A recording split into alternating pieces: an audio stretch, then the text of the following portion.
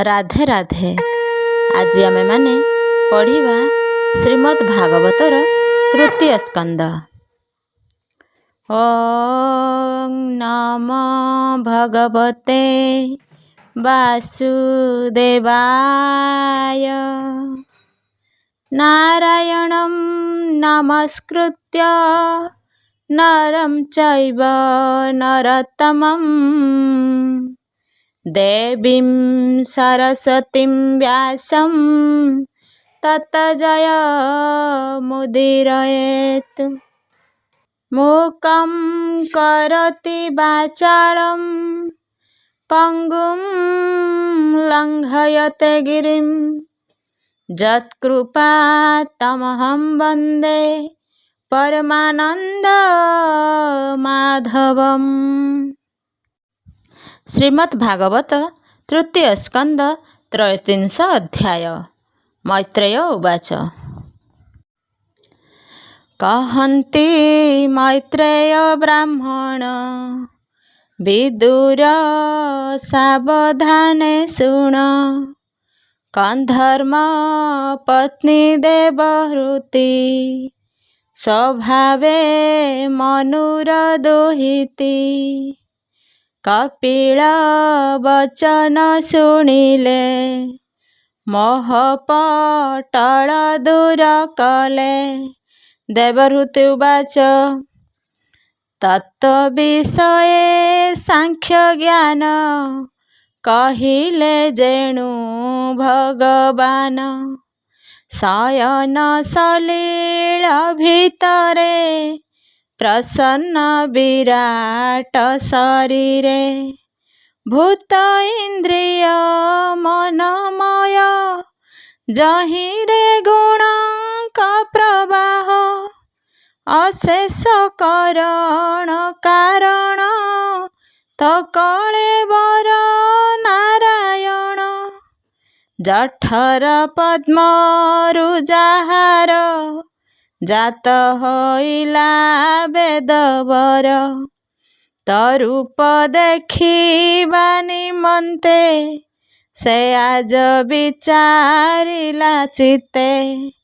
अनेक व्यापार आदि कला केबे हे देखि न पारिला। केवल ध्याने से देखिला ए विश्व सृष्टि तेणु कला। ताहि से ब्रह्म रूप धरी निज शक्ति रे माया करी। कले से विश्वर सर्जन स्वभावे तुम्भे कर्महीन। प्रलय काले तुम्भे हरि ए विश्व उदरे संघरी। शयन बटर पुटरे धरिण बालक शरीरे। चरण अंगुली बदने देई शयन शिशु जन्हे। ए विश्व जाहार उदरे ମୁଁ ତାଙ୍କୁ କେମନ୍ତେ ଜଠରେ। ଧଇଲି ବୁଝି ନ ପାରଇ କେବଳ ମାୟା ତୋ ଗୋସାଇଁ। ତୁ ଦୃଷ୍ଟ ନିବାରଣ ପାଇଁ ତୁ ସାଧୁ ରକ୍ଷଣେ ଗୋସାଇଁ। ଏଣୁ ତୁମ୍ଭର କଳେବର ଅନ୍ୟଥା କି କାର୍ଯ୍ୟ ତୁମ୍ଭର। ତୁମ୍ଭେ ବାଳାଦି ରୂପ ଧରି ଧର୍ମ ସ୍ଥାପିଲ ଦୃଷ୍ଟ ମାରି। ଏବେ ଏ ଶରୀରେ ଗୋସାଇଁ ଏ ଭାବ ଜ୍ଞାନ ଦେବା ପାଇଁ।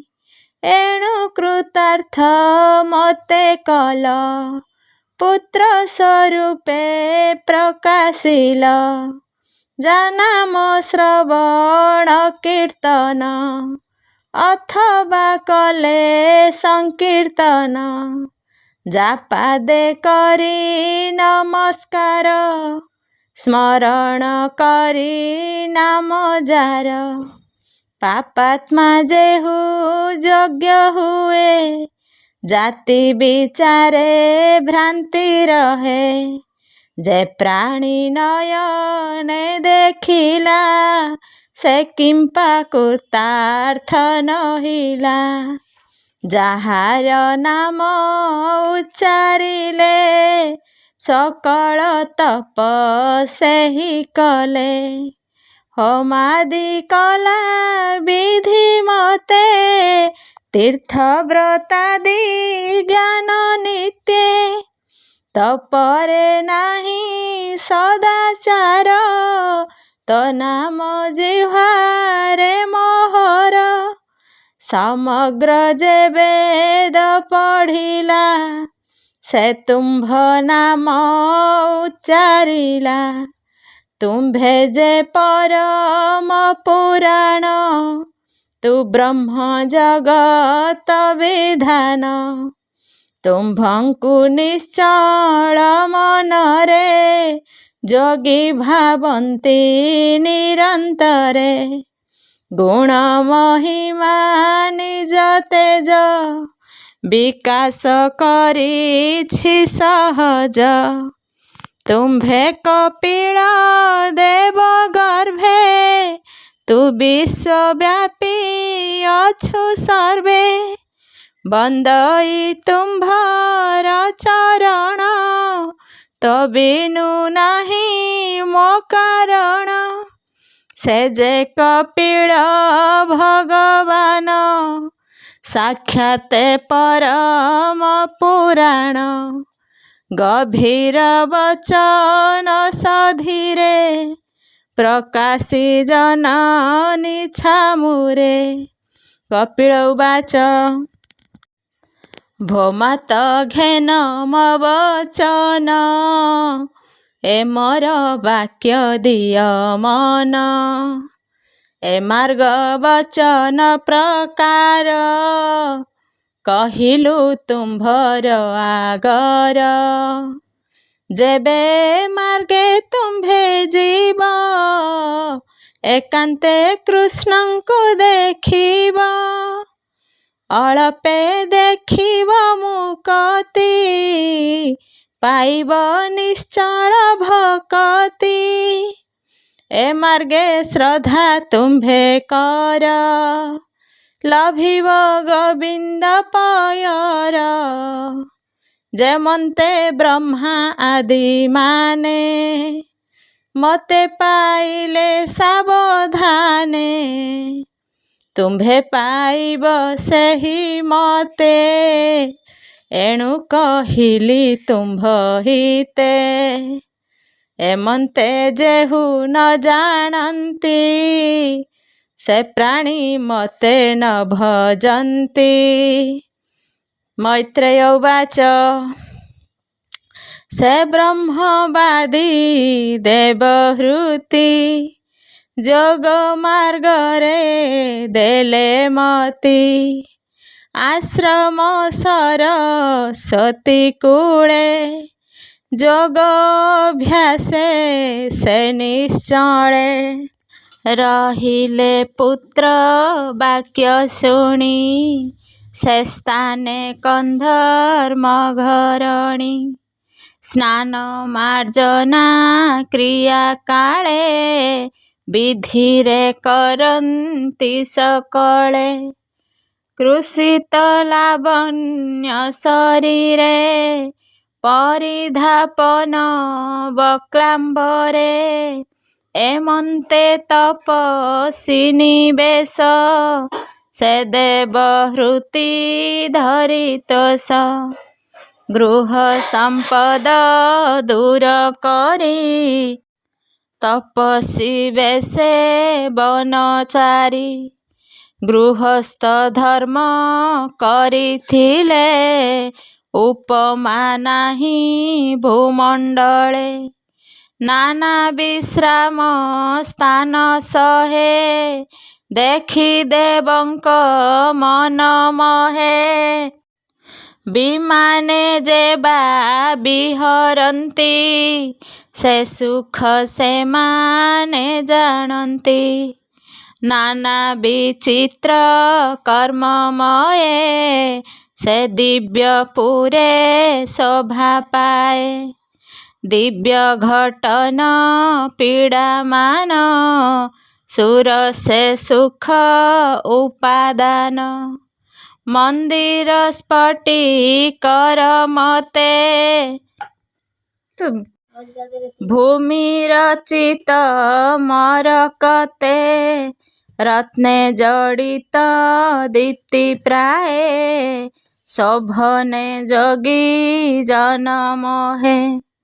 जुवती रत्न शिरोमणि से दिव्यपुर निवासिनी। भुवने बेढ़ीण उद्याने जहि शोभन्ति द्रुममाने। फल कुसुमे परिपूर्ण लम्बिते सोहे नाना वर्ण। विहंगे मिथुनइछन्ति मत मधुपे गुंजरन्ति। विविध अनुचर माने विहरुथन्ति उपवने। से देवहृति जस कीर्ति सोसर रागे गीत गान्ति। दिव्य विचित्र पापीमान उत्पल सोहे सुबासन। से पुर तेजी देवहृति जोग साधने कले मती। प्रतेजी स्वामी संग कले तहि विहारे निमजिले। शोकरे व्याकुल बदन तथापि जोगे दृढ़ मन। पति विच्छेद दुखे जाई पुत्र कुसंग तरे नेई। रही आनंद धरी चिते शोक विध्वंसीण त्वरिते। से पुत्र तेजी गले बने पति विच्छेद दुख मने। बसा विहीने गाब जेह्ने व्याकुले राब इते सने। से रूपे आकुले रोदिले हा पुत्र बोली मोह गले। जन्मित हेले तत्ज्ञान तथापि शोके मुह्यमान। पुत्र लावण्य रूप गुणी आकुले रोदे सुलक्षणी। ध्याने निरपी कपिलंकु सचेते डाकन्ति ताहांकु। राग उपेक्षी धन्यतारे ध्यान रहिला पुत्र ठारे। निश्चले सुदृढ़े बसिले एमन्ते तप आरंभिले। जे ध्यान कहिथिले हरि से रूपे नित्य ध्यान करी। भक्ति जोगरे दृढ़ हेले शास्त्र विधिरे आचरिले। होई जे अछि तत्ज्ञान जेणु भाविले भगवान। आत्मार मानस देखिले ता बिनु अन्य न भाविले। से आत्मा हुए विश्वमुख विनाशी माया गुण दुख। ए जीव आश्रे गति ब्रह्म तहि रखिबे मति भ्रम। ताहांक गला निज भाव पाइण आत्मा तत्व लाभ। संसार क्लेश विनाशिला ଯେ ଗୁଣେ ଭ୍ରମାଦି ରହିଲା। ଆପଣା ଦେହ ପାଶରିଲେ ସେ ବ୍ରହ୍ମ ସ୍ୱରୂପେ ରହିଲେ।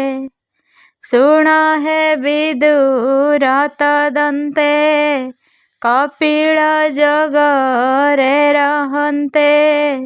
ଲଭିବେ ସେ ବ୍ରହ୍ମ ନିର୍ବାଣ ଯେସନେ ଜଳେ ଜଳ ସ୍ଥାନ। ଶୁଣ ବିଦୁର ଯେଉଁ ସ୍ଥଳେ ସେ ଦେବୀ ପ୍ରସିଦ୍ଧି ପାଇଲେ। ସେ ସ୍ଥଳେ ପୁଣ୍ୟ କ୍ଷେତ୍ର ହେଲା ଭୁବନେ ବିଦିତ ରହିଲା। ତା ନାମ ସିଦ୍ଧ ପଦ କହି ସିଦ୍ଧେ ସୁସିଦ୍ଧ ଯହିଁ ରହି। ସେ ବେଦ ହୃତି କଳେବର ଯୋଗେ ସୁସିଦ୍ଧ ପୁଣ୍ୟତର। କୃଷ୍ଣ ଭାବନା ଧ୍ୟାନ ନିତ୍ୟେ ଯୋଗ ସାଧନ୍ତି ସେହି ମତେ। ନଦୀଙ୍କ ଶ୍ରେଷ୍ଠ ସେ ହୋଇଲା ସେ ପୁଣ୍ୟ କ୍ଷେତ୍ର ବୋଲାଇଲା। ସେ ଯେ କପିଳ ମହାଯୋଗୀ ବିଷୟେ ହେଲେ ବୈରାଗୀ। ମାତାଙ୍କ ସ୍ନେହ ତ୍ୟାଗ କଲେ ଈଶାନ ଦିଗକୁ ସେ ଗଲେ। ପ୍ରୟୋଧି ତାହାଙ୍କୁ ଦେଖିଲା ବିଧାନେ ତାହାଙ୍କୁ ପୂଜିଲା। ତକ୍ଷଣେ ଦିବ୍ୟ ସ୍ଥାନ ଦେଇ ତହିଁ ବିଜୟେ ଯୋଗ ଧ୍ୟାଇ। ସେଠାରେ ସର୍ବ ସୁରଗଣ ସେବିଲେ ଯେଝା ନିଜ ଗେଣ।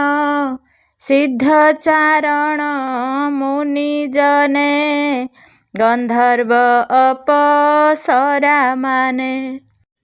ସ୍ତବ ଯେ ନିତ୍ୟ କପିଳଙ୍କୁ ସଭୟେ ସେବନ୍ତି ତାହାଙ୍କୁ। ନାନା ବିଧାନେ ସେବା କରି ଦେବେ ସନ୍ତୋଷେ ଦେବ ହରି। ସେଠାରେ ରହି ଯୋଗେ ମୁନି ସାଂଖ୍ୟ ଆଚାର୍ଯ୍ୟ ମାନ ଘେନି। ତ୍ରୈଲୋକ୍ୟ ଜନେ ଶାନ୍ତି ପାଇ ଯୋଗେ ଆପଣା ରୂପ ଧାଇ। ରହିବେ ବ୍ରହ୍ମ କଳ୍ପ ଯାଏ ଲୋକ ଶିକ୍ଷାରେ ଦେବରାଏ। ଶୁଣ ବିଦୁର ପୁଣ୍ୟ ଦେହା ତୁ ମତେ ପଚାରିଲୁ ଯାହା। କପିଳ ଦେବ ହୃତିଙ୍କର ପବିତ୍ର ସୁଜ୍ଞାନ ବିଚାର। ଏହା ଯେ ଶ୍ରବଣେ ଶୁଣନ୍ତି ଆନନ୍ଦେ ବଦନେ ଗୁଣନ୍ତି। ସେ ସାଧୁ ସଭା ଜନ ମଧ୍ୟେ ନିତ୍ୟ ଗାବନ୍ତି ମନ ଶୁଦ୍ଧେ। ସକଳ ପାପ ବିନାଶନ୍ତି ଜନ୍ମ ମରଣୁ ନିସ୍ତରନ୍ତି। ଅଶେଷ ଜନ୍ମ ପାପ ଦହେ ନିର୍ଭୟ ଚିତ୍ତେ ସୁଖେ ରହେ।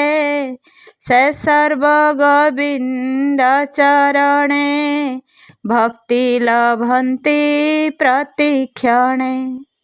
ଅନ୍ତେ ଲଭଇ ହରି ସ୍ଥାନ କେ କରି ପାରୁ ଏହା ଅନ୍ୟ। ତୃତୀୟ ସ୍କନ୍ଧେ ଭାଗବତ କପିଳ ଜ୍ଞାନ ଉପାଖ୍ୟାତ। ମୈତ୍ରେୟ ବିଦୁର ଚରିତ 33 ଅଧ୍ୟାୟ ସମାପତ। ଏ ଯେ ପୁରାଣ ଭାଗବତ ପ୍ରାକୃତେ କଲି ଏହା ଗୀତ। କୁହଇ ଜଗନ୍ନାଥ ଦାସ, ମୁଁ ତୁମ୍ଭ ଦାସଙ୍କର ଦାସ। ଇତି ଶ୍ରୀମଦ୍ଭାଗବତେ ମହାପୁରାଣେ ପାରମହଂସ୍ୟାଂ ସଂହିତାୟାଂ ବୟାସିକ୍ୟାଂ ତୃତୀୟସ୍କନ୍ଧେ ପ୍ରକୃତବନ୍ଧେ କପିଳଦେବହୂତିଜ୍ଞାନ ପ୍ରବୋଧନେ ନାମ ତ୍ରୟତ୍ରିଂଶୋऽଧ୍ୟାୟ। ସମାପ୍ତ। ତୃତୀୟ ସ୍କନ୍ଧ। ଭୀମସ୍ୟାପି ରଣେ ଭଙ୍ଗ ମୁନେରପି ମତିଭ୍ରମ, ଯଦି ଶୁଦ୍ଧମଶୁଦ୍ଧଂ ବା ମମ ଦୋଷେନ ବିଦ୍ୟତେ। ଅଖିଳ ବିଶ୍ୱ ନିମନ୍ତେ ଭାରତର ଅବଦାନ ଆଧ୍ୟାତ୍ମିକ ସମ୍ପଦ। ଆର୍ଯ୍ୟାବର୍ତ୍ତର ମୁନି ଋଷିଗଣ କଠୋର ତପସ୍ୟା ଅବଲମ୍ବନ କରି ଯେଉଁ ସତ୍ୟର ସନ୍ଧାନ ପାଇଥିଲେ ତାହା ଅଧ୍ୟାତ୍ମ ବିଦ୍ୟା। ଏହାଦ୍ୱାରା ମନୁଷ୍ୟର ଏକମାତ୍ର ଆବଶ୍ୟକତା ମାନସିକ ଶାନ୍ତି ଓ ତୃପ୍ତିଲାଭ ହୋଇଥାଏ। ବିଶ୍ୱର ପ୍ରାୟ ପ୍ରତ୍ୟେକ ସଭ୍ୟତା ସମ୍ପନ୍ନ ରାଷ୍ଟ୍ରର ଦାର୍ଶନିକଗଣ ଏକଥା ସ୍ୱୀକାର କରାଯାଇଛନ୍ତି ଯେ ମାନବର ପୂର୍ଣ୍ଣତା, ମାନସିକ ଶାନ୍ତି ଓ ପରିପୂର୍ଣ୍ଣ ଏବଂ ପାଇବା ପାଇଁ ଏକମାତ୍ର ଭାରତୀୟ ଦର୍ଶନ ବା ଆଧ୍ୟାତ୍ମିକ ଶାସ୍ତ୍ରଗଣ ଉପାୟ ଯୋଗାଇ ଦେବା ପାଇଁ ସମର୍ଥ। ଅଧୁନାତନ ବିଶ୍ୱର ପ୍ରାୟ ପ୍ରତ୍ୟେକ ମନୁଷ୍ୟ କିଛି କିଛି ଜନସାଧାରଣ ମଧ୍ୟ ଉପଲବ୍ଧି କଲେଣି ଯେ ଭୌତିକ ଭୋଗର ଉପକରଣ ତଥା ଦୈହିକ ବିଳାସ ସର୍ବଦା ମାନସିକ ଶାନ୍ତି ଓ ତୃପ୍ତି ପ୍ରଦାନ କରିବା ପାଇଁ ଅକ୍ଷମ। ଏଣୁ ବିଶ୍ୱ ସମୁଦାୟ ପ୍ରବଳ ଭାବରେ ଭାରତର ଅଧ୍ୟାତ୍ମ ବ୍ୟବସ୍ଥା ପ୍ରତି ଆକୃଷ୍ଟ ହେଉଛନ୍ତି। ବହୁତ ରାଷ୍ଟ୍ରରେ ଯୋଗ ବିଦ୍ୟାଳୟ ମାଧ୍ୟମରେ ଯୋଗ ଖୁବ୍ ଆଦର ଲାଭ କରୁଛି। ନାମ ସଂକୀର୍ତ୍ତନ ମଧ୍ୟ ବିଶ୍ୱରେ କମ୍ ପ୍ରସାର ଲାଭ କରିନାହିଁ। ଚରମ ସୁଖ ଶାନ୍ତି ପ୍ରାପ୍ତିର ଏହି କୌଶଳ ଗୁଡ଼ିକ ଅଧ୍ୟାୟ ବିଦ୍ୟା ନାମରେ ଖ୍ୟାତ ଏବଂ ଏଗୁଡ଼ିକ ପ୍ରାଚୀନ ଗ୍ରନ୍ଥ ବେଦ, ଉପନିଷଦ, ସ୍ତୁତି, ସଂହିତା ତଥା ପୁରାଣ ପ୍ରଭୃତି ଗ୍ରନ୍ଥମାନଙ୍କରେ ଛତ୍ରେ ଛତ୍ରେ ଭରପୁର ହୋଇ ରହିଛି। ଏଗୁଡ଼ିକ କାଳଜୟୀ ଭାବେ କାଳର କରାଳ କବଳରେ ବିଲୀନ ହୋଇ ନ ଯାଇ ବରଂ ଅଧିକ ଉଜ୍ଜ୍ୱଳତର ଓ ଜୀବନ୍ତ ଅନୁଭବ ହୁଅନ୍ତି। ଏହି ଶାସ୍ତ୍ରଗୁଡ଼ିକର ଶବ୍ଦ ଗାମ୍ଭୀର୍ଯ୍ୟ, ଧ୍ୱନି, ଝଙ୍କାର, ଅର୍ଥ, ତାତ୍ପର୍ଯ୍ୟ ତଥା ଭାବ ସମ୍ଭାର କେହି କାହାକୁ କମ୍ ନୁହନ୍ତି। ଏଗୁଡ଼ିକ ପାଠ କଲେ ସନ୍ଦେହ ଜାତ ହୁଏ, ସତେ କ'ଣ ଏଗୁଡ଼ିକ ମନୁଷ୍ୟ ରଚିତ? କେଉଁ ମହାମେଧାରୁ ଏଗୁଡ଼ିକ ଦର୍ଶିତ ହୋଇଛନ୍ତି ତାହା କଳନା କରିବାକୁ ଗଲେ ସ୍ତମ୍ଭୀଭୂତ ହେବାକୁ ହୁଏ। ଉପରୋକ୍ତ ରତ୍ନରାଶି ମଧ୍ୟରେ ଶ୍ରୀମଦ୍ ଭାଗବତ ମହାପୁରାଣ ଅନ୍ୟତମ।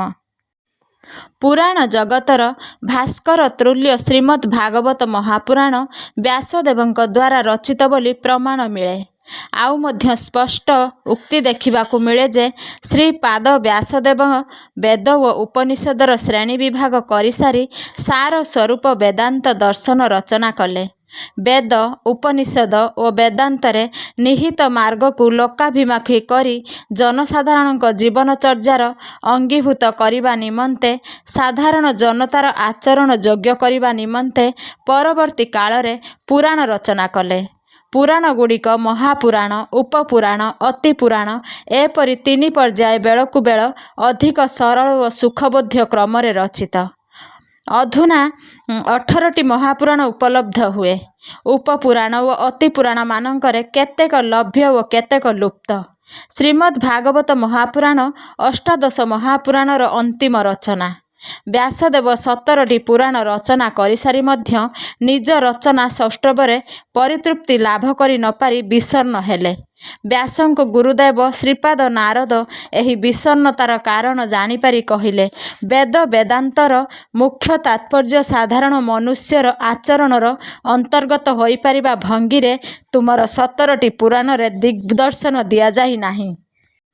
ଶାନ୍ତି ଓ ତୃପ୍ତିର ମାର୍ଗଦର୍ଶନ ଅତ୍ୟନ୍ତ କ୍ଳିଷ୍ଟ ଓ ସଂଶୟାତ୍ମକ ଭଙ୍ଗୀରେ ପୁରାଣମାନଙ୍କରେ ରହିଛି। ତୁମ ପୁରାଣ ପଢ଼ିଲେ ସାଧାରଣ ଜନତା ଶାନ୍ତି ଓ ତୃପ୍ତିର ସାଧନା ପାଇଁ ନିରାଶ ହେବେ ଏବଂ ସିଦ୍ଧି ମିଳିବ କି ନାହିଁ ସଂଶୟରେ ପଡ଼ିବେ।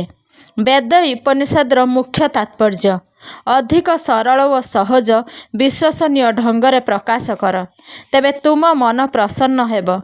ଜନସାଧାରଣଙ୍କ ପାଇଁ କିଛି କରିପାରିଲି ବୋଲି ତୃପ୍ତି ଲାଭ କରିବ। ଏ କଥା କହି ସରଳ ସହଜ ପ୍ରକାଶ ଭଙ୍ଗୀ 10ଟି ଶ୍ଲୋକରେ ଶିକ୍ଷା ଦେଲେ। ସେହି 10ଟି ଶ୍ଲୋକକୁ 18,000 ଶ୍ଲୋକରେ ବିସ୍ତାରିତ ବର୍ଣ୍ଣନା କରି ବ୍ୟାସଦେବ ରଚନା କଲେ 18 ନମ୍ବର ମହାପୁରାଣ ଶ୍ରୀମଦ୍ ଭାଗବତ। ଅତଏବ ସକଳ ଶାସ୍ତ୍ରର ଊର୍ଦ୍ଧ୍ୱରେ ଶାସ୍ତ୍ର ଶିରୋମଣି ଶ୍ରୀମଦ୍ ଭାଗବତ ମହାପୁରାଣ। ଶ୍ରୀ ଜଗନ୍ନାଥ ଦାସଙ୍କ ଭାଷାରେ ପରମ ଶାସ୍ତ୍ର ଭାଗବତ ଅଭ୍ୟାସ କରୁଥିବ ନିତ୍ୟ ଏକ ଯଥାର୍ଥ ଉକ୍ତି। ପୁନଶ୍ଚ 12 ସ୍କନ୍ଧ ଓ 335 ଅଧ୍ୟାୟ ବିଶିଷ୍ଟ ଶ୍ରୀମଦ୍ ଭାଗବତ ମହାପୁରାଣର ଉତ୍କର୍ଷତା ପ୍ରତିପାଦିତ ହୁଏ ନିମ୍ନ ପ୍ରଦତ୍ତ ସର୍ବଜନ ବିଦିତ ଶ୍ଲୋକଟିରୁ।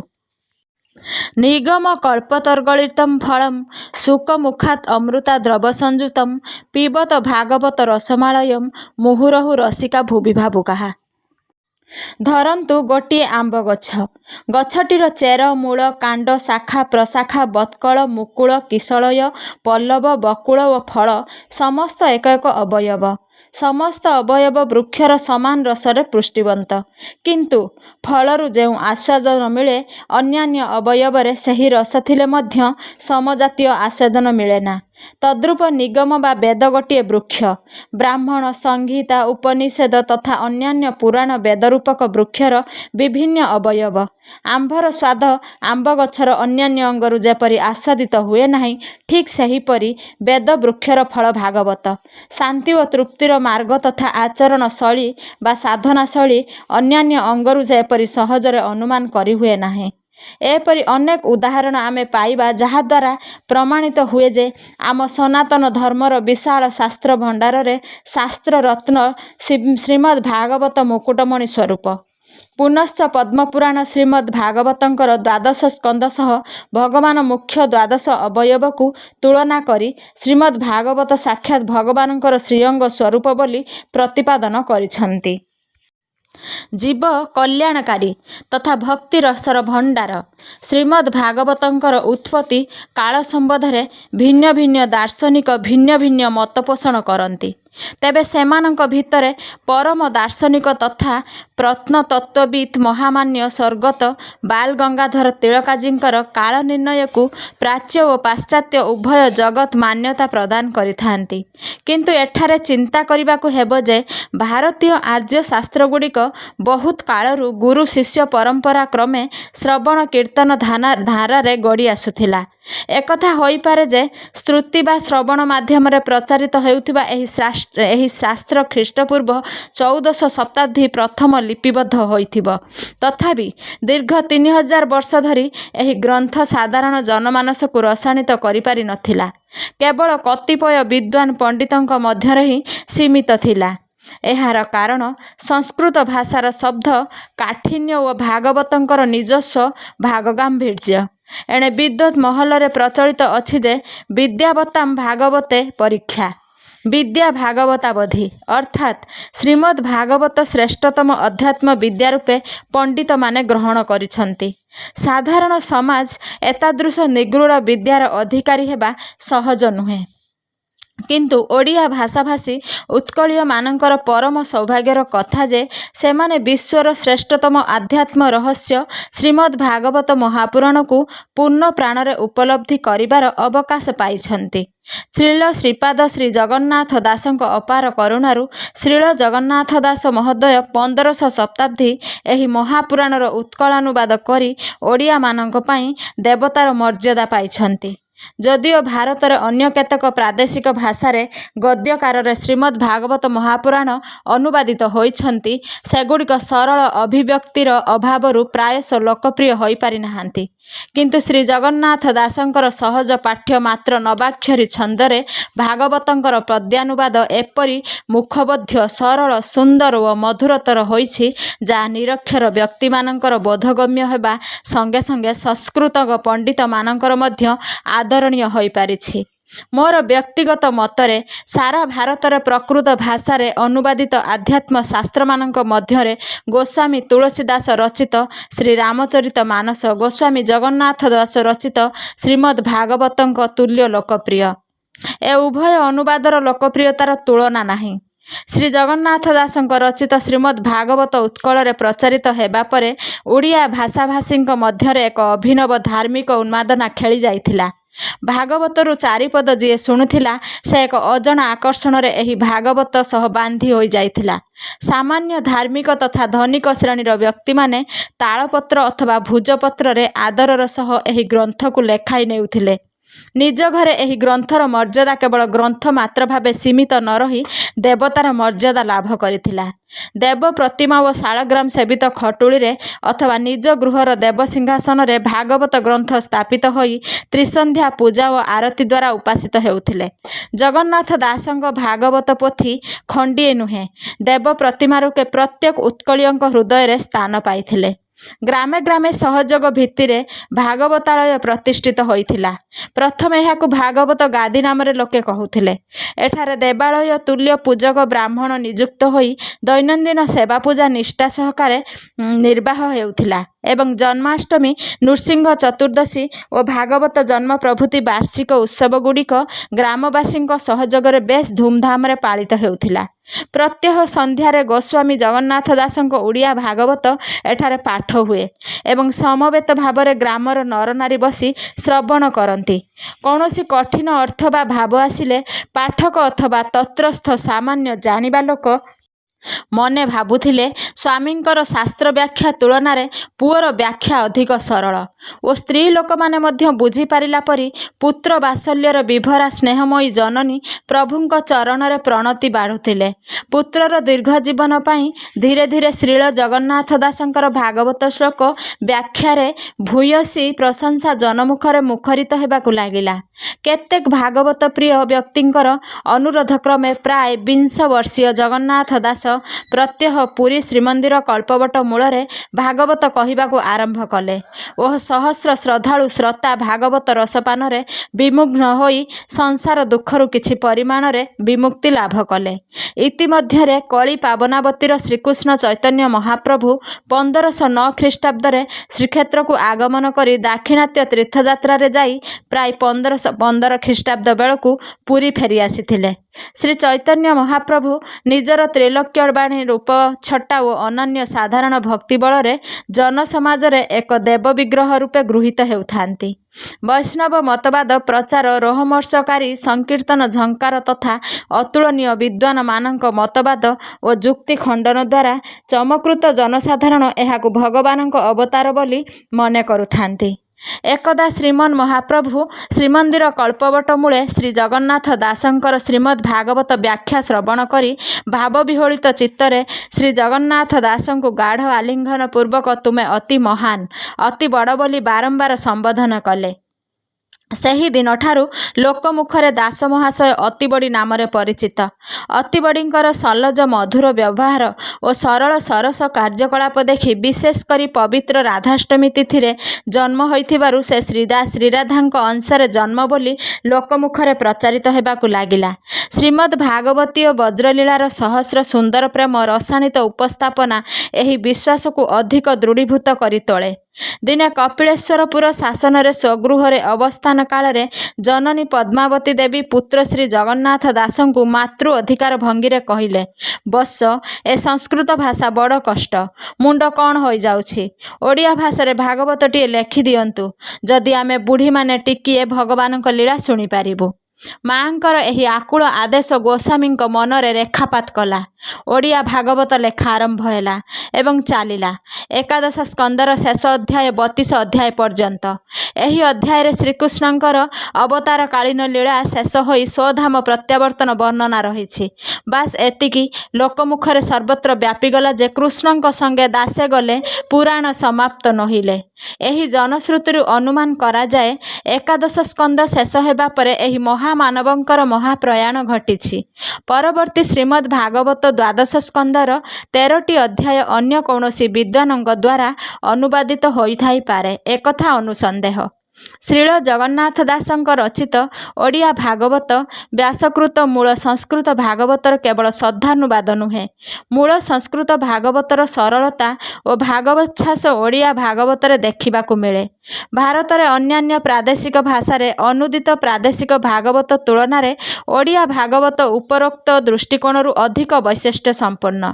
ତା ଛଡ଼ା ମୂଳ ସଂସ୍କୃତ ଭାଗବତରେ 12ଟି ସ୍କନ୍ଧର ମୋଟ 335ଟି ଅଧ୍ୟାୟ ଦେଖାଯାଉଥିବା ବେଳେ ଓଡ଼ିଆ ଭାଗବତରେ ସେହି 12ଟି ସ୍କନ୍ଧର ମୋଟ 341ଟି ଅଧ୍ୟାୟ ପରିଲକ୍ଷିତ ହୁଏ। ତନ୍ମଧ୍ୟରୁ କେବଳ ଦଶମ ସ୍କନ୍ଧରେ ମୂଳ ସଂସ୍କୃତ 90ଟି ଅଧ୍ୟାୟ ଥିବାବେଳେ ଓଡ଼ିଆ ଭାଗବତରେ 6ଟି ଅଧ୍ୟାୟ ହୋଇ 96 ଅଧ୍ୟାୟ ଦେଖାଯାଏ। ଅବଶ୍ୟ ଏହି ଅଧିକ ଅଧ୍ୟାୟଗୁଡ଼ିକ ମୂଳ ଭାଗବତରୁ ଭିନ୍ନ ବିଷୟରେ ଅବତାରଣା ନୁହେଁ, ବରଂ ବିଷୟ ପ୍ରଭେଦ ଓ ରସର ଭିନ୍ନତାକୁ ଆଧାର କରି ଶ୍ରୀଳ ଜଗନ୍ନାଥ ଦାସ ଭିନ୍ନ ଅଧ୍ୟାୟ ସୃଷ୍ଟି କରିଛନ୍ତି। ଓଡ଼ିଆ ଭାଗବତରେ ଆଉ ଏକ ବିଲକ୍ଷଣ ଦେଖାଯାଏ ଯେ ବ୍ୟାସଦେବ ମୂଳ ସଂସ୍କୃତରେ ପ୍ରଥମ ସ୍କନ୍ଧ ପ୍ରଥମ ଅଧ୍ୟାୟରେ ବେଦାନ୍ତ ଦର୍ଶନର ଜନ୍ମାଦ୍ୟାସ୍ୟ ଯଥ ଆରମ୍ଭ ହୋଇ ଅଚିତ୍ୟ ତତ୍ତ୍ୱ ଭଗବାନଙ୍କର ସ୍ତୁତି ଦ୍ୱାରା ମଙ୍ଗଳାଚରଣ ହୋଇଥିବା ବେଳେ ଜଗନ୍ନାଥ ଦାସ ମହାଶୟ ପ୍ରଥମ ସ୍କନ୍ଧ ପ୍ରଥମ ଅଧ୍ୟାୟ ପ୍ରାରମ୍ଭରେ ଶ୍ରୀ ନୃସିଂହ ଦେବଙ୍କର ସ୍ତୁତି କରିଥିବା ଦେଖାଯାଏ। ଏହି ବ୍ୟତିକ୍ରମକୁ ଗଭୀର ଭାବରେ ଅନୁସନ୍ଧାନ କଲେ ଜଣାଯାଏ ଯେ ଶ୍ରୀ ଜଗନ୍ନାଥ ଦାସ ମୂଳ ସଂସ୍କୃତ ଭାଗବତର ସହ ଶ୍ରୀମଦ୍ ଭାଗବତର ଆଦି ଟୀକାକାର ଶ୍ରୀପାଦ ଶ୍ରୀଧର ସ୍ୱାମୀଙ୍କର ଟୀକା ଓ ବ୍ୟାଖ୍ୟାକୁ ଗୁରୁତ୍ୱ ଦେଇ ଉଭୟକୁ ମିଶାଇ ପଦ୍ୟାନୁବାଦ କରିଛନ୍ତି। ଶ୍ରୀମଦ୍ ଭାଗବତର 20ଟି ପ୍ରାୟ ଟୀକା ଭାରତବର୍ଷରେ ଦେଖିବାକୁ ମିଳେ, କିନ୍ତୁ ଏହି ଜଟିଳ ଶାସ୍ତ୍ରର ଟୀକା ଟିପ୍ପଣୀର ପ୍ରଥମ ମାର୍ଗଦର୍ଶକ ଶ୍ରୀଳ ଶ୍ରୀଧର ସ୍ୱାମୀପାଦ। ପରବର୍ତ୍ତୀ ଟୀକାକାରମାନେ ସ୍ୱାମୀପାଦକୁ ପ୍ରଦର୍ଶିତ ମାର୍ଗକୁ ନିର୍ଭର କରି ନିଜ ନିଜର ଟୀକା ଅଧିକ ସରସ ସୁନ୍ଦର ଭାବେ ପ୍ରସ୍ତୁତ କରିଛନ୍ତି। ଆର୍ଯ୍ୟାବର୍ତ୍ତ ଭାରତବର୍ଷର ଦୁଇ ଆଧ୍ୟାତ୍ମିକ ଚକ୍ଷୁ ଶ୍ରୀମଦ୍ ଭଗବଦ୍ ଗୀତା ଓ ଶ୍ରୀମଦ୍ ଭାଗବତ ଦ୍ୱୟର ସୁପ୍ରସିଦ୍ଧ ଟୀକାକାର ଶ୍ରୀଳ ଶ୍ରୀଧର ସ୍ୱାମୀପାଦ ଭାରତର ସମସ୍ତ ବିଦ୍ୱତ୍ ଜନଙ୍କର ପୂଜ୍ୟ ଓ ନମସ୍ୟ ଥିଲେ। ଏସ୍ଥଳେ ଗୋଟିଏ ଘଟଣା ପ୍ରାସଙ୍ଗିକ ମନେ ହୁଏ। ଶ୍ରୀମନ୍ କୃଷ୍ଣ ଚୈତନ୍ୟ ମହାପ୍ରଭୁ ପୁରୀର ରାଧାକାନ୍ତ ମଠ ଗୌର ଗମ୍ଭୀରରେ ଅବସ୍ଥାନ କରୁଥାନ୍ତି। ତତ୍କାଳୀନ ସମାଜ ମହାପ୍ରଭୁଙ୍କୁ ଭଗବାନଙ୍କ ଅବତାର ବୋଲି ଅନୁମାନ କରୁଥିଲେ। ଏକଦା ଜଣେ ଦିଗ୍ଜୟୀ ପଣ୍ଡିତ ନିଜ ବିଦ୍ୱତ୍ତାର ପରାକାଷ୍ଠା ଦେଖାଇବା ପାଇଁ ଶ୍ରୀମଦ୍ ମହାପ୍ରଭୁଙ୍କ ନିକଟକୁ ଆସି ନିଜକୃତ ଭାଗବତ ଭାଷ୍ୟର ବିଶ୍ଳେଷଣ ଶୁଣାଇ ଶ୍ରୀଧର ସ୍ୱାମୀଙ୍କର କେତେକ ତ୍ରୁଟି ଦର୍ଶାଇଥିଲେ। ବକ୍ତବ୍ୟ ଶେଷରେ ଆତ୍ମଶ୍ଳାଘ୍ୟରେ ବିହ୍ୱଳିତ ପଣ୍ଡିତ ଭାଷ୍ୟ ଉପରେ ମନ୍ତବ୍ୟ ଦେବା ପାଇଁ ମହାପ୍ରଭୁଙ୍କୁ ନିବେଦନ କଲେ। ଉତ୍ତରରେ ଶ୍ରୀମନ୍ ମହାପ୍ରଭୁ ମାତ୍ର ଗୋଟିଏ ବାକ୍ୟ କହିଥିଲେ, ସ୍ୱାମୀରେ ନାଁ ମାନେ ପରେ ବେଶ୍ୟା ତୁଲ୍ୟ ମାନି। ଅତଏବ ଶ୍ରୀଧର ସ୍ୱାମୀଙ୍କ ଟୀକା ଗରିମା ଚରମ ସ୍ୱରକୁ ସ୍ପର୍ଶ କରିଥିବା ଅନୁମାନ କରାଯାଏ ଏବଂ ଏହି ଟୀକାର ସ୍ପର୍ଶ ହିଁ ଓଡ଼ିଆ ଭାଗବତକୁ ମଧୁରାତି ମଧୁର କରି ତୋଳିଛି। ଶ୍ରୀଧର ସ୍ୱାମୀଙ୍କର ଇଷ୍ଟଦେବ ଶ୍ରୀ ନୃସିଂହ। ସେ ନୃସିଂହ ଉପାସକ ଥିଲେ। ଏଣୁ ନିଜ ଟୀକାର ସାଫଲ୍ୟ ନିମନ୍ତେ ନିଜ ଇଷ୍ଟ ଦେବତାଙ୍କୁ ସ୍ମରଣ କରି ସେ ଟୀକା ସମ୍ପାଦନ ଆରମ୍ଭ କରିଥିଲେ। ଚତୁର ଚୂଡ଼ାମଣି ଶ୍ରୀ ଜଗନ୍ନାଥ ଦାସ ନିଜେ ସ୍ୱାମୀକୃତ ଟୀକାକୁ ଅବଲମ୍ବନ କରି ଭାଗବତ ଅନୁବାଦ କରୁଥିବା ସୂଚନା ଦେବା ନିମନ୍ତେ ଭାଗବତର ପ୍ରଥମ ପୟର ଲେଖିଲେ। ନମଇ ନୃସିଂହ ଚରଣ ଅନାଦି ପରମ କାରଣ। ଯଦିଓ ନୃସିଂହ ସ୍ତୁତି ମୂଳ ସଂସ୍କୃତ ଭାଗବତର ପ୍ରାରମ୍ଭରେ ଦୁର୍ଲଭ। ପୁନର୍ବାର 1100 ସ୍କନ୍ଧର ପ୍ରଥମ ଅଧ୍ୟାୟ ପ୍ରାରମ୍ଭରେ ଶ୍ରୀ ନୃସିଂହ ଭଗବାନଙ୍କର ସ୍ତବ ଦେଖିବାକୁ ମିଳେ ଓଡ଼ିଆ ଭାଗବତରେ। ନମଇ ନୃସିଂହ ଚରଣ ପରମ ଅନାଦି କାରଣ। ଲୀଳ ବିଧୃତ କଳେବର ଦେବମାନବେ ଅଗୋଚର। ଯଦିଓ ମୂଳ ସଂସ୍କୃତରେ ଏହା ମଧ୍ୟ ଦୁର୍ଲଭ। ଏଥିରୁ ଅନୁମାନ କରାଯାଏ ଦଶମ ସ୍କନ୍ଧରେ ଭଗବାନ ଶ୍ରୀକୃଷ୍ଣଙ୍କର ମଧୁରାତି ମଧୁର ରସମୟୀ ଲୀଳା ସରଳ ମାତୃଭାଷାରେ ପାଇ ଓଡ଼ିଶାବାସୀ ଆତ୍ମହରା ହୋଇ ଶ୍ରୀ ଜଗନ୍ନାଥ ଦାସଙ୍କର ପ୍ରଶଂସାରେ ଶତମୁଖ ହୋଇ ଉଠିଥିବେ। ପୂର୍ବରୁ ଓଡ଼ିଶାର ରକ୍ଷଣଶୀଳ ପଣ୍ଡିତଗଣ ସଂସ୍କୃତ ଶାସ୍ତ୍ରର ଓଡ଼ିଆ ଅନୁବାଦକୁ ଘୋର ବିରୋଧ କରି ଆସୁଥିବା ଇତିହାସର ବହୁଳ ପ୍ରମାଣ ମିଳେ। ବର୍ତ୍ତମାନ ଦଶମ ସ୍କନ୍ଧର ଲୀଳାରସରେ ରସାଣିତ ଓଡ଼ିଆ ହୃଦୟରୁ ଜଗନ୍ନାଥ ଦାସଙ୍କର ଯଶ ଗାରିମା ତଥା ଗୌରବର ବନ୍ୟା ପ୍ରବାହିତ ହେବା ଦେଖି ଉପରୋକ୍ତ ମତ୍ସରୀ ପଣ୍ଡିତଗଣ ଅତ୍ୟନ୍ତ ଅସହିଷ୍ଣୁ ହୋଇ ରାଜସଭାଠାରୁ ଆରମ୍ଭ କରି ସର୍ବତ୍ର ପ୍ରବଳ ପ୍ରତିରୋଧର ସ୍ୱର ନିଶ୍ଚୟ ଉତ୍ତୋଳନ କରିଥିବେ। ଏହି ଉପଦ୍ରବରୁ ରକ୍ଷା ପାଇବା ପାଇଁ ଗୋସ୍ୱାମୀ ଜଗନ୍ନାଥ ଦାସ ଏକାଦଶ ସ୍କନ୍ଧର ଆରମ୍ଭରେ ନୃସିଂହଙ୍କ ଶରଣାପନ୍ନ ହୋଇଛନ୍ତି। ସାଧାରଣତଃ ଲୋକେ ଶତ୍ରୁ ରୋଗ ହିଂସ୍ରଜନ୍ତୁ ପ୍ରଭୃତିକୁ ଉପଦ୍ରବରୁ ରକ୍ଷା ପାଇବା ପାଇଁ ନୃସିଂହ ଦେବଙ୍କୁ ଆଶ୍ରୟ କରିଥାନ୍ତି। ଶ୍ରୀ ନୃସିଂହ ଦେବ ଭକ୍ତ ପ୍ରହ୍ଲାଦଙ୍କୁ ସର୍ବବିଧ ସଙ୍କଟରୁ ଅଚିରେ ରକ୍ଷା କରିଥିବାରୁ ଜନସମାଜର ଏପରି ମାନସିକତା ସୃଷ୍ଟି ହୋଇଛି। ଅତଏବ ଶତ୍ରୁ ବିରୋଧରେ ଘୋର ସଙ୍କଟରୁ ଉଦ୍ଧାର କରିବା ପାଇଁ ଶ୍ରୀ ଜଗନ୍ନାଥ ଦାସଙ୍କର ଏକାଦଶ ସ୍କନ୍ଧ ଅନୁବାଦର ଆରମ୍ଭରେ ଏ ପ୍ରାର୍ଥନା ସମାପନା ମନେ ହୁଏ। ଓଡ଼ିଆ ଭାଗବତରେ ଛତ୍ରେ ଛତ୍ରେ ଏପରି ଅନେକ ରହସ୍ୟ ନିହିତ ରହିଛି ଯାହା ପ୍ରଣିଧାନ ଯୋଗ୍ୟ। କାଳକ୍ରମେ ସଭ୍ୟତାର ବିକାଶ ସଙ୍ଗେ ସଙ୍ଗେ ଆଧୁନିକ ଯନ୍ତ୍ରପାତି ଓ କାଗଜର ଉଦ୍ଭାବନ ଫଳରେ ଭୁଜପତ୍ର ଓ ତାଳପତ୍ରର କ୍ଲେଶପୂର୍ଣ୍ଣ ବ୍ୟବହାର ଲୋପ ପାଇଲା। ଲୁହା ଲେଖନୀ ଚଳେଇବା ଲୋକ ସମାଜରେ ମିଳିଲେ ନାହିଁ। ଏଣେ ପ୍ରାଚୀନ ତାଳପତ୍ର ପୋଥିଗୁଡ଼ିକ ଜୀର୍ଣ୍ଣ ଶୀର୍ଣ୍ଣ ହୋଇଗଲେ। ଏପରି ଘଡ଼ିସନ୍ଧି ମୁହୂର୍ତ୍ତରେ ଓଡ଼ିଆ ଭାଗବତ ଗ୍ରନ୍ଥର ଏକାନ୍ତ ଅଭାବ ପରିଲକ୍ଷିତ ହେଲା। ଅପରପକ୍ଷେ ଦ୍ୱିତୀୟ ମହାଯୁଦ୍ଧ ମାନବ ସମାଜକୁ ଓ ମାନସିକତାକୁ ଏପରି ବ୍ୟତିବ୍ୟସ୍ତ କଲା ଯେ ନଅଙ୍କ ଦୁର୍ଭିକ୍ଷ ଭଳିଆ ପରିସ୍ଥିତି ସୃଷ୍ଟି ହେଲା। ଏହି ସଙ୍କଟମୟ କାଳରେ ଓଡ଼ିଶାର ପୁରପଲ୍ଲୀରେ ଗଢ଼ି ଉଠିଥିବା ଭାଗବତ ଟୁଙ୍ଗିଗୁଡ଼ିକ ସମ୍ପୂର୍ଣ୍ଣ ଅବଲୁପ୍ତ ହୋଇଗଲା। ମୁହେଁ ପାଖୁଡ଼ା ଭାଗବତ ଗାଇ ଯାଉଥିବା ବୁଢ଼ାମାନେ ଚାଲିବାରେ ଅଥଚ ନୂତନ ସୃଷ୍ଟିର ଅବକାଶ ରହିଲା ନାହିଁ। ଓଡ଼ିଶାରେ ଓଡ଼ିଆ ଭାଗବତର ଖଣ୍ଡିଏ ପୋଥି ଦୁର୍ଲଭ ହେବା ସଙ୍ଗେ ସଙ୍ଗେ କାହା ମୁହଁରୁ ପଦେ ଶୁଣିବାକୁ ମଧ୍ୟ ମିଳିଲା ନାହିଁ। ଏପରି ସଙ୍କଟର ପ୍ରାରମ୍ଭ କାଳରେ ଉତ୍କଳ ଏକ ସ୍ୱତନ୍ତ୍ର ପ୍ରଦେଶ ନଥିବାରୁ ଏଥିପ୍ରତି ଧ୍ୟାନ ଦେବା ପାଇଁ କେହି ନଥିଲେ। ମୁଦ୍ରଣ ଯନ୍ତ୍ରଟିଏ ମଧ୍ୟ ନଥିଲା। କହିବା ବାହୁଲ୍ୟ ମାତ୍ର ଏଭଳି ଘଡ଼ିସନ୍ଧି ମୁହୂର୍ତ୍ତରେ ଧର୍ମଗ୍ରନ୍ଥ ଷ୍ଟୋର ଓଡ଼ିଆ ଭାଗବତର ସଂସ୍କରଣ ତାଳପତ୍ର ପୋଥିରୁ ଉଦ୍ଧାର କରି ଯଥାର୍ଥ ମୂଲ୍ୟରେ ଓଡ଼ିଶାର ସମସ୍ତ ପ୍ରାନ୍ତରେ ପହଞ୍ଚାଇ ଦେଇଥିଲେ। ପୂର୍ବସ୍ତୁତି ବଳରେ ପୁଣି ଓଡ଼ିଆ ପରିବାରରୁ ଘରେ ଘରେ କାଗଜ ଛାପା ଓଡ଼ିଆ ଭାଗବତ ପୂଜିତ ହେବାକୁ ଲାଗିଲା। ଯେଉଁ ଘରେ ଜଗନ୍ନାଥଙ୍କର ଖଣ୍ଡିଏ ଫଟୋ, ଓଡ଼ିଆ ଭାଗବତ ଖଣ୍ଡିଏ ଗ୍ରନ୍ଥ ଓ ଅଗଣାରେ ତୁଳସୀ ଚଉରାଟିଏ ନଥାଏ, ତାକୁ ଓଡ଼ିଆ ଘର ବୋଲି ବାରି ହୁଏ ନାହିଁ। ତଥାପି ଅଧୁନା ଅନେକ ଓଡ଼ିଆ ଗୃହ ଭାଗବତ ବିହୀନ ହୋଇଯାଇଛି। ଯେଉଁଦିନ ପ୍ରତି ଓଡ଼ିଆ ଘରେ ଖଣ୍ଡିଏ ଖଣ୍ଡିଏ ଶ୍ରୀ ଜଗନ୍ନାଥ ଦାସ ଗୋସ୍ୱାମୀକୃତ ନବାକ୍ଷରୀ ଓଡ଼ିଆ ଭାଗବତ ବିରାଜମାନ କରିବେ, ସେଦିନ ଭଗବାନ ବ୍ୟାସଦେବ ଗୋସ୍ୱାମୀ ଜଗନ୍ନାଥ ଦାସ ଧର୍ମଗ୍ରନ୍ଥ ଷ୍ଟୋର ନିଜ ଶ୍ରମର ସାର୍ଥକତା ପୂର୍ଣ୍ଣ ହେଲା ବୋଲି ମନେ କରିବେ।